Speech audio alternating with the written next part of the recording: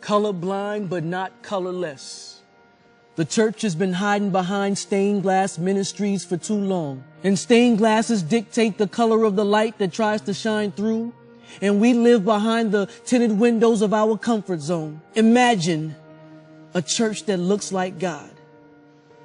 Colorblind but not colorless.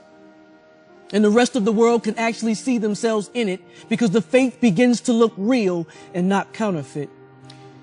Imagine my transparency impacting another life because they relate to the complexion of my heart and not my shade of black or white.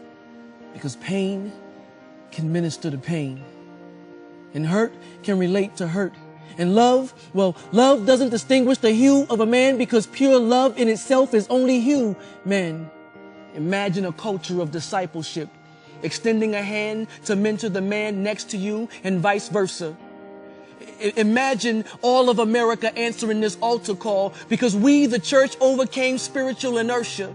Imagine if I would nurture the same world that Jesus came to save according to grace, the gift he gave with no partiality to race. Imagine if I presented the world a church that any and every non-believer would embrace because they would each see a face that looks like them. Well, it might not work. Well, Jesus didn't make excuses, so don't hand me that. And a church without diversity is a church that's handicapped. If we really want change, then we have to be changed and not react to the change that's already in action. But the church is afraid of the change it's supposed to make happen. And the world is a greater attraction, and it's making change along color lines, just without the moral attachment.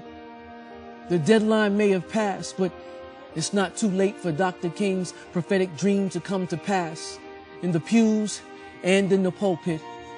And Satan has made diversity look like the culprit for too long. Imagine a church that's colorblind, but not colorless. Because where we worship now has come down to who looks like us. And Sunday mornings has become a family reunion. Well, whether we like it or not, God says, guess who's coming to dinner? My dream of destiny will be a reality because my church will be colorblind, but not colorless.